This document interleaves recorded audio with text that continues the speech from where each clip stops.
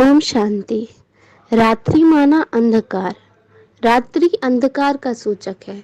मनुष्य जीवन की दुख, अशांति, निराशा, उदासी आदि नकारात्मक भावनाओं का सूचक यह रात्रि ही तो है। जब कोई दिशा विहीन होकर भटकता है या लक्ष्यहीन होकर असमंजसता से भटकता है, तभी रात्रि के अंधकार के साथ उसकी तुलना की जाती है। दिन के बाद रात, रात के बाद दिन आता है। रात्रि दिन की समाप्ति की सूचना देती और उजाले की आशा जगाती है। इस प्रकार रात और दिन के चक्र में प्राणी अपने जीवन चक्र भी छोटे बड़े सुख दुख के चक्र को भी काटता रहता है। अंधियारा उपेक्षित है, उजाला अपेक्षित है। हर कोई अपने जीवन के अंदर अंधियारे को मिटाकर दुर्भावनाओं से जुड़ी निराशा, उदासी, भटकना आदि से बचना चाहता है, उससे बाहर निकलना चाहता है। परंतु हर इंसान उजाला, रोशनी, प्रकाश की चाह में उसका इंतजार करता है। उसके लिए जितने भी प्रयत्न करने पड़े, वो युद्ध के भांति करने के लिए तैयार होता है, जूझने को तैयार है। उजाले में अपनेपन की खुशी है, सुख है, शांति है, आनंद है, प्रेम है, उत्साह है, उमंग है, कुछ कर जाने की तमन्ना है। उस तमन्ना को लक्ष्य के रूप में, लक्ष्य पर पहुंचने की वो हिम्मत बटोरने का उत्साह ही है। जीवन के उजाले में वो अपने सही अस्तित्व के सही रूप को देख पाता, जान पाता, पहचान पाता है, अपने स्वयं के जीने का वजूद समझ पाता है और उन उजाले में वो वजूद को सार्थक कर पाता है। परंतु ये कौन सी रात्रि है जिसका इंतजार है, जिस रात्रि के उत्सव के रूप में मनाने की पूर्व तैयारियां हो रही हैं, जिसके लिए तरसते हैं, जिसको पसंद करते हैं। जैसे भूखा प्यासा बच्चा अपनी माँ को तरसता है क्योंकि माँ अपनी ममता से संतुष्ट करती है, उसी प्रकार ये रात्रि भी श्रद्धालु भक्त को अपने इष्ट से मिलाती है, बच्चे को माँ से मिलाती है, अंधकार में ठोकर खाने वालों को सूर्य की प्रथम किरण की नई रोशनी देती है। यह रात्रि नवरात्रि नामक धार्मिक त्योहार से जुड़ी हुई है, अर्थात जीवन में नयापन लाती है, अर्थात उत्साह, उमंग, आशा, प्रेरणा, जोश, होश, हिम्मत ऐसी कई सकारात्मक भावनाओं के उजाले को पवित्रता, सुख, शांति के साथ लाती है। तो क्यों नहीं उसका इंतजार होगा। तो याद करें हमारे भारत देश की अनेकानेक उन देवियों, शिव शक्तियों को जिनका गायन, पूजन और महिमा शास्त्रों में है। देवियों के गुण, विशेषता, शक्तियों के कारण उनके अलग अलग नाम दिए हैं। जैसे लक्ष्मी को धन की देवी, दुर्गा को शक्ति की देवी, सरस्वती को ज्ञान की देवी, गायत्री को सर्व मनोकामनाएं पूर्ण करने वाली देवी, संतोषी को संतुष्टता की देवी, ऐसे ही जगत अम्बा सर्व शक्तियों की दाता देवी। ऐसे भिन्न भिन्न देवियों के साथ भिन्न भिन्न शक्ति का गायन है। हर एक देवी का अपना विशेष आध्यात्मिक रहस्य लिए हुए वाहन अर्थात आसन भी है। जैसे सरस्वती की मोर पर सवारी जगदम्बा की शेर पर, लक्ष्मी जी को कमल पर दिखाते हैं, उसी प्रकार देवियों की शक्तियों को अस्त्र शस्त्रधारी भी दिखाया गया है, जिन शस्त्रों में तलवार, त्रिशूल, खड़ग, कुल्हाड़ी आदि अनेक शस्त्र भी दिखाते हैं। आश्चर्य की बात तो यह है कि उनको कालिका असुर संहारिणी के भयानक स्वरूप में भी दिखाते। दूसरी तरफ अति आकर्षक मोहिनी दर्शन ममता सम माँ के रूप में भी दिखाते हैं और भक्त उनकी माँ के रूप में प्रार्थना करते, मंत्र बोलते, स्तोत्र गाते, आराधना पूजा करते, सिद्धियों को प्राप्त करते और गुजरात में तो गरबे भी गाते हैं, जिसमें माँ के नाम की, रूप, गुण, कर्तव्यों की, श्रृंगार की, उनके रहने के स्थान की, स्नेह, संपर्क, व्यवहार में आने वालों की महिमा होती है। तो प्रश्न उठता है कि यह कौन सी नारियां थी जिन नारियों को मंदिर में अविनाशी पूजनीय उच्च स्थान प्राप्त हुआ। कौन सा वह समय था जब ऐसी नारियां इस धरती पर थी। कौन से वे असुर थे जिनका उन्होंने संहार किया। शास्त्रों में माँ के दिव्य कर्तव्य की व असुर संहार की गाथाएं लिखी हुई हैं। हर कहानी के साथ विशेष असुरों के नाम जुड़े हुए हैं। वर्तमान समय ऐसे संहार करने योग्य असुर तो घर घर में विराजमान है।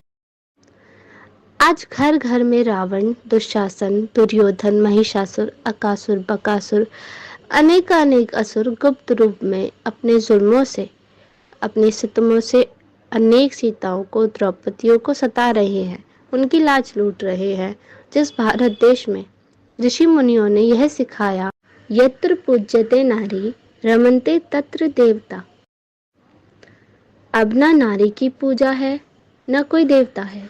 तो ये स्वर्ण काल कब था? शक्तियों के गायन की गाथा वास्तविक स्वरूप में थी, तो क्या शक्तियां वास्तविक स्वरूप में फिर से नारी के रूप में जन्म लेंगी, जो सितमों को ढाने वाले, सृष्टि को दुखी अशांत करने वाले असुर का संहार करेंगी? क्या हम पुण्य उदय सृष्टि पर देख सकेंगे? सुख के सौभाग्य की प्रथम किरण का कभी हम भी अनुभव कर सकेंगे, या फिर हम कभी देवियों को याद, कभी फरियाद ही करते रहेंगे, दुखी होकर माँ माँ कहकर रोते रहेंगे? सुर और असुर। सुर माना देवता और असुर माना जो देवता नहीं है वह। देवता माना दिव्य प्रकृति वाले, दिव्य गुणधारी, मुकुटधारी, शासनधारी दिव्य मनुष्यों को सुर कहा गया है, जो पवित्रता, सुख, शांति, आनंद में रमण करते थे, संपत्ति, धन धान्य से भरपूर और संपन्न थे, और अपनी प्रजा को भी संपन्न रखते थे। जो स्थूल अर्थात अस्त्र शस्त्र द्वारा हिंसा और सूक्ष्म अर्थात 5 विकारों द्वारा हिंसा से दूर रहते थे, अर्थात शांत, शीतल, धैर्यता, नम्रता व अहिंसक स्वभाव वाले थे। और असुर माना विषय विकारों से ग्रस्त, बेताज बादशाह बनकर चलने वाले, स्थूल और सूक्ष्म हिंसा भी करते रहते थे। लोभ, लालच, अभिमान, घृणा, वैर वृत्ति, बदला लेने की भावना, ईर्ष्या, द्वेष, झूठ बोलना, मतलब षड्यंत्र से ग्रसित स्वयं त्रस्त और अन्य को भी त्रस्त करने वालों को असुर कहना भूल नहीं होगी। इन देवियों को शिव शक्ति क्यों कहते हैं? जन्म, जीवन, मृत्यु की श्रृंखला में प्रत्येक मनुष्य का जीवन गुजरता है, और उस बीच अनुकूल, प्रतिकूल, विविध विरोधाभासी परिस्थितियां, अनेकानेक छोटी बड़ी परीक्षाएं आती हैं। फिर प्राकृतिक आपदाएं या मौसम का अभिशाप या अनेक प्रकार की कमजोरियां, कमियां, अवगुण या किसी न किसी शक्ति की कमी, जिसके कारण जय के बदले पराजय होता है, अर्थात हार जीत आदि आदि अनेकानेक बातें सामने आती हैं। इन बातों में विजय होने के लिए शक्तियों की आवश्यकता पड़ती है, जैसे कि सहन शक्ति, सामना करने की शक्ति, समेटने की शक्ति, स्वीकार करने की शक्ति, क्षमा शक्ति, भूलने भुलाने की शक्ति, याद रखने की शक्ति आदि। तो इन शक्तियों को मनुष्य कहाँ से प्राप्त करे? तब मनुष्य इन देवियों के पास आता है और इन शिव शक्तियों से शक्ति के लिए नतमस्तक हो झोली फैलाता है, और उनकी पुकार सुनकर माँ दयालु कृपालु बन उनको शक्तिशाली बनाती है और अपनी संतान रूपी भक्तों की रक्षक बन रक्षा करती है, विजय बनाती, खुशहाल करती, धन्य करती और भगवान ईश्वर प्रति उनकी आस्था, श्रद्धा, भक्ति, प्रेम और विश्वास बढ़ाती है। इसलिए यह शक्तियाँ गाई जाती, पूजी जाती व माँ की तरह हर पल याद आती रहती हैं। गरबा रास क्या है और क्यों है? नवरात्रि में देवियों शक्तियों के पूजन के साथ दीप प्रज्वलन किए जाते हैं, साथ साथ पूजा अर्चना करते हैं। क्यों करते हैं वह तो सहज समझ में आता है, परंतु गरबा रास क्यों करते हैं, क्या है? इस गरबा रास में संगठित रूप से महिला वर्ग, पुरुष वर्ग दोनों मिलकर इकट्ठे दोनों हाथों के पंजों को मिलाते, ताल से ताल मिलाकर आवाज सुनते या फिर डांडिया द्वारा ध्वनि प्रकट करके खुशियों को व्यक्त करते हैं।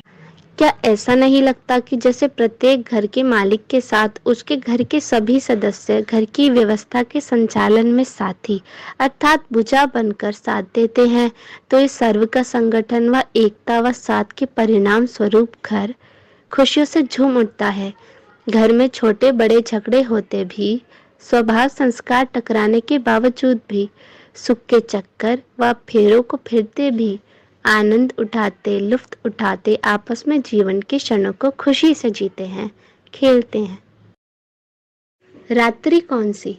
अब नवरात्रि शब्द में जो रात्रि शब्द आता है उसका महत्व देखें। अब ये कौन सी रात्रि है जो देवियों शक्तियों के साथ जुड़ी है? यह रात्रि है शास्त्रोक्त ब्रह्मा की रात वाली रात्रि। काल चक्र में आधा समय है ब्रह्मा का दिन और आधा समय है ब्रह्मा की रात्रि। अर्थात 4 युगों में सतयुग त्रेता युग 2 युग हैं ब्रह्मा का दिन और द्वापर कलयुग है ब्रह्मा की रात्रि।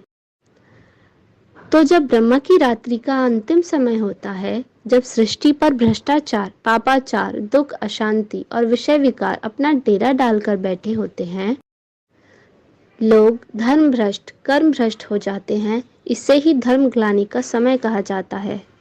तब स्वयं सर्वशक्तिमान परमपिता परमात्मा शिव गीता में दिए हुए अपने वचनानुसार सृष्टि पर अवतरित होते हैं। परमपिता परमात्मा शिव जो ज्योतिर्बिंदु हैं अर्थात प्रकाश पुंज हैं, स्वयंभू सर्व धर्म की आत्माओं के सर्वमान्य पिता हैं, जो ईश्वर खुदा भगवान है, जो सर्व का पतित पावन सुख शांति का दाता व उद्धारक तथा नवयुग का निर्माता है तथा शक्तियों के जन्मदाता हैं। तो स्वयं शिव पिता इन भिन्न शक्तियों द्वारा विषय विकारों रूपी भिन्न भिन्न नाम वाले आसुरी नर नारियों की आसुरी मनोवृत्तियों का संहार कराकर सृष्टि पर नवीन युग अर्थात स्वर्ण काल का नव प्रभात का समय फिर से लाते हैं।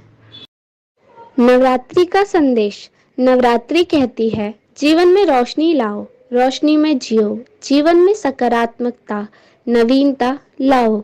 यदि जीवन में नकारात्मकता है, अंधियारा है या फिर जीवन में रात्रि समान अशांति, निराशा, उदासी या हताशा है, तो ज्ञान की, समझ की, समझौते की, अनुभव की शिक्षाओं की ज्योत जलाओ।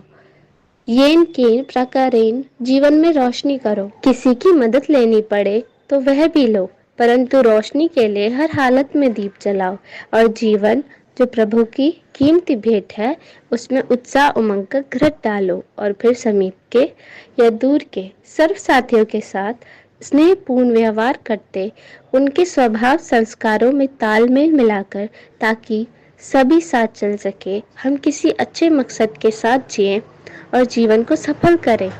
सबके ऊपर परम पिता परमात्मा शिव सहित माँ शिव शक्तियों की देवियों की कृपा दृष्टि हो। ओम शांति।